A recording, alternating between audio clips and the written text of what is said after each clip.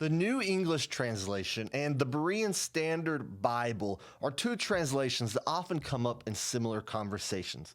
They're both free online and very online friendly, and they all value transparency.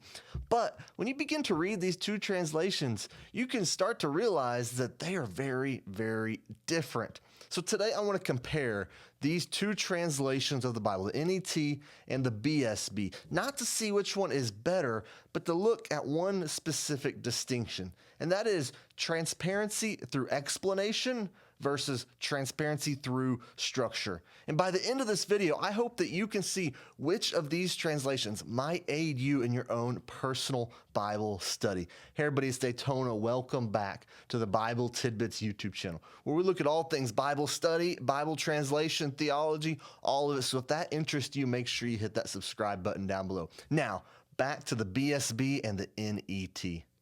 So over the past few years, I've noticed something about Bible translations. People aren't just asking about what translation to read, but also translation questions like how did they get here? What were the decisions made? And using those informations to help them study the Bible. And this question comes up a lot in free digital Bibles, which both of these shine in that area. They're both praised for openness, but they take completely different paths to get to that openness.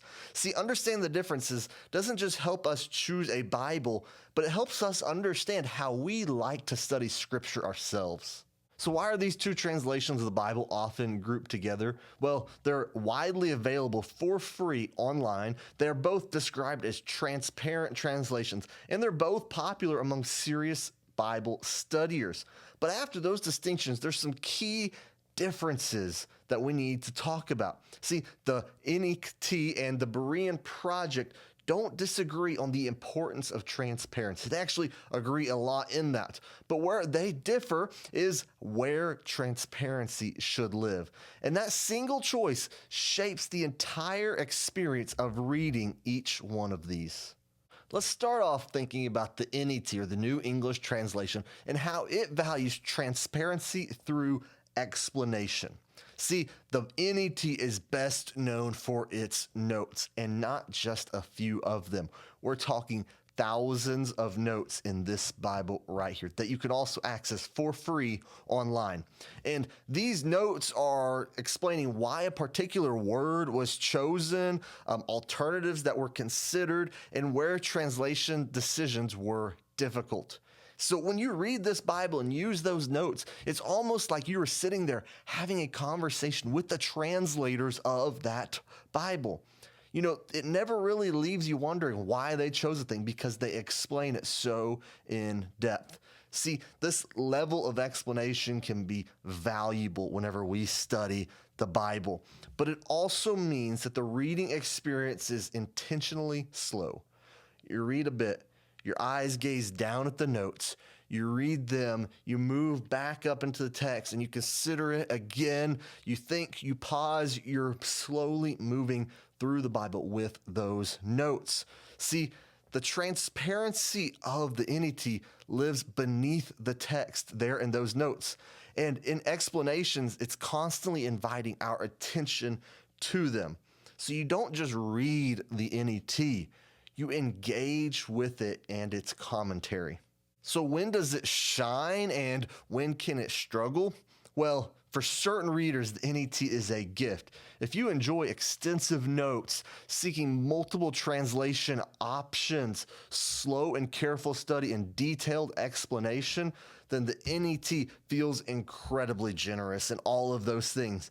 But that strength can also create some friction whenever we are studying the Bible. You know, if you're trying to maybe read a longer section, follow a narrative flow, stay focused without interruptions, or read aloud devotionally, see, that constant pull towards the explanation of the translation can become exhausting, quite honestly. But the NET rewards analytical readers, and it doesn't prioritize uninterrupted reading. Where the Berean Standard Bible, it prioritizes transparency through layers. So this is where the Berean Standard Bible does something fundamentally different. And this is the most important part of the comparison here, I think. See, the Berean Bible doesn't stand alone. There's a layered system. Starts off with the Berean Interlinear, which aligns the original Greek and Hebrew text and a direct English gloss there below it. Then you move to the Berean Literal Bible, where you see how it stands very close to that original translation while trying to make it English, proper English. And then you get to the Berean Standard Bible, where they designed it for clarity, flow, and everyday reading. And each layer serves a specific purpose. The project isn't asking one translation to do everything. See, instead of embedding massive explanations there in the footnotes, the Berean system lets you move between layers when you want more depth. So how does this change the reading experience? Well, this layered approach changes where transparency lives. With the NET, if you are curious about what could have been said, you look down into the footnotes. Where in the Berean system, you move sideways to see how the text is built. So here's how this plays out practically. If I'm reading the NET and something stands out, I will look down below or I will scroll down to look at the footnotes to see them and see what they say, what could have been said, why they translated the way they did. But if I'm in the BSB and something catches my attention, I don't stop reading. I switch layers and go with a different layer and continue reading, maybe a more literal version, or even getting into that interlinear version. See, I move from standard to literal to interlinear and see how the structure informs itself. See, one approach explains decisions, the other lets you observe them yourself. And psychologically, I think that is a big difference between these two Bibles. So, which one fits you?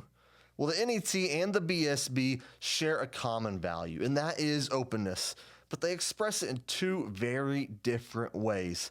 The NET offers transparency through explanation, where the BSB offers transparency through layers. And neither is wrong, and neither replaces the other. The better fit isn't about which translation is superior here. It's about how you personally engage with the scripture. So through all that information, you can decide how you want to engage with the scripture. Would you like to look at footnotes, or would you like to jump in between those layers to inform your knowledge about how the scripture is being translated itself? So if you have used the NET or the BSB, drop a comment down below. I want to hear from you. Which one do you prefer in your study to really dig into how our words are being formed in the scripture? And I just want to hear your experience in that. Which one do you naturally gravitate towards and why? So this is it for our breakdown of the NET and the BSB. Hope you enjoyed this video. If you did, make sure you hit that subscribe button, where we're always putting out more like it. So thanks for joining me. I hope to see y'all next time.